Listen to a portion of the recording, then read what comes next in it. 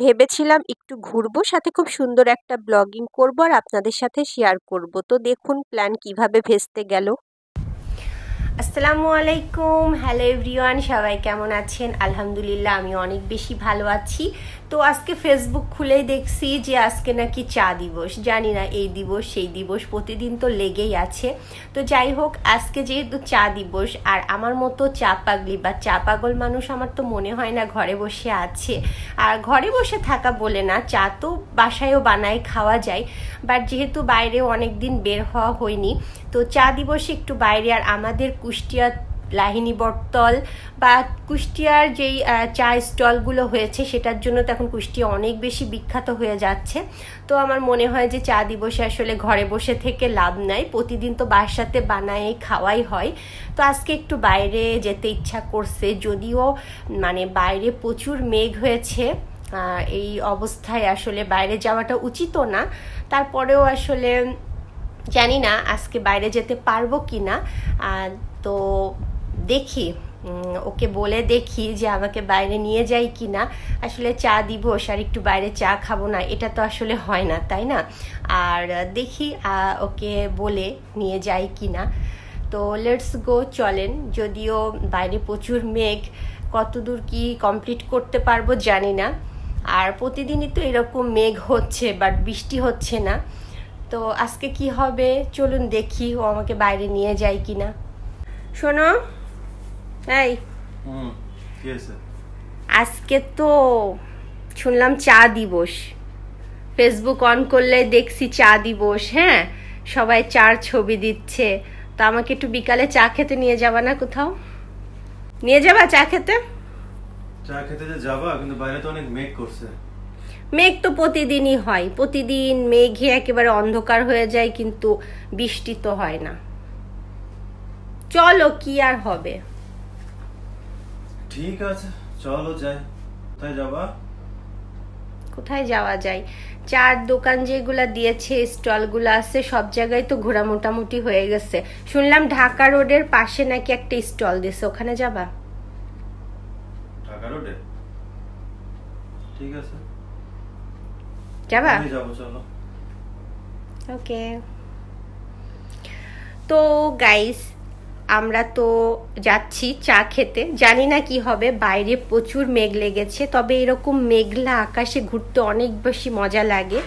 তো তারপরেও দেখি কি আছে কপালে। তো আমি রেডি হই, যেহেতু যাব বাইরে। তো ফাইনালি আমি তো ঘুরতে বের হয়ে গেলাম। দেখেন এত সুন্দর আকাশ দেখেই মনে হবে কিন্তু আপনার বাইরে বের হতে, ঘরে বসে থাকতে ইচ্ছা করবে না। তো প্রথমেই গেলাম একটু নদীর পাড়ে। এত সুন্দর একটা মনোরম পরিবেশে একটু ঘুরবো না, সেটা তো হয় না। নদীর পাড়ে সুন্দর মানে শীতল একটা বাতাস, এই বাতাসটা একটু গায়ে লাগাতে হবে, তাই না? তো তারপরে যাই হোক, আমরা খুব সুন্দরভাবে বিকালটা উপভোগ করছিলাম। আর মেঘও কিন্তু প্রচুর পরিমাণে হয়েছিল, মানে এত পরিমাণে বাতাস হচ্ছিল, মনে হচ্ছিল যেন ঝড়ে উড়ায় নিয়ে চলে যাবে। যাই হোক, সেটা আর উড়াই নিয়ে উড়াই নিয়ে গেলে আর আমাকে তো আর দেখতে পেতেন না আপনারা। তো তারপরে এই যে সন্ধ্যা হয়ে গেল, আর আমার কপাল এতই খারাপ, মানে একটা মানুষের কপাল এত খারাপ কি করে হতে পারে জানি না। প্রতিদিন মেঘ লাগে বাট বৃষ্টি হয় না, আর আমার কপাল এতই খারাপ যে ওই দিন খুবই আবহাওয়াটা খারাপ হয়ে গেল। আর তারপরে আরো খারাপ হলো, ওর মানে বাইকে একটু প্রবলেম হচ্ছিল, তো ওইটার জন্য একটু গ্যারেজে নিয়ে যাওয়া হয়েছিল, যার কারণে একটু লেট হয়ে গেল। ও তো বাইকটা ঠিক করছিল আর আমি আশেপাশের ভিডিও নিচ্ছিলাম। কি আর করার, এত সুন্দর একটা ব্লগ করতে ছিলাম আপনাদের জন্য, আর পুরো প্ল্যানটাই ভেস্তে গেল। তারপরেও যেটাই হোক, একটু তো আপনাদের সাথে শেয়ার করবোই যে কিভাবে আমার দিনটা মাটি হলো আর কি। তো তারপরে মোটামুটি ওর বাইকটা রেডি হয়ে গেল।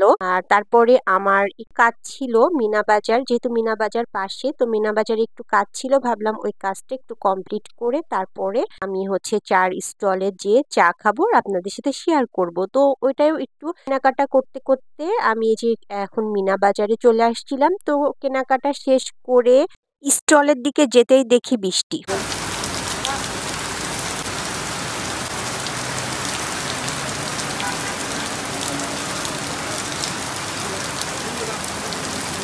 যেই রাস্তায় বের হয়েছি আর সেই বৃষ্টি। তারপরে আর কি করার, পাশে কোনো রকম একটা স্টলে থামলাম। আর টি স্টলে দাঁড়ানোর পরে এই বৃষ্টি তো সহজে শেষ হয় না। দিনটা তো মাটি হলোই, আর যাই হোক চা দিবসে চাটা হয়তোবা এই স্টলেই খাওয়া মানে কপালে ছিল, সেই জন্যই আর কি এই স্টলেই খেলাম। তো প্রচুর বৃষ্টি, বৃষ্টি কিছুতেই থামে না। প্রায় ১.৫ ঘন্টারও বেশি মনে হয় আমরা এখানে ছিলাম বৃষ্টির জন্য। তো যাই হোক তারপরে চাটা খেয়ে আমরা বাসায় চলে আসলাম। আর যদিও চা দিবসটা কালকে ছিল, ভিডিওটা আমি আজকে আপলোড করছি। আপনারা তো জানেনই আমি লেট লতিফ, মানে দিনের দিনে জিনিস আমি পোস্ট করতে পারি না। তো জানাবেন ভিডিওটা কেমন লাগলো। সবাই ভালো থাকবেন, সুস্থ থাকবেন। আল্লাহ হাফেজ।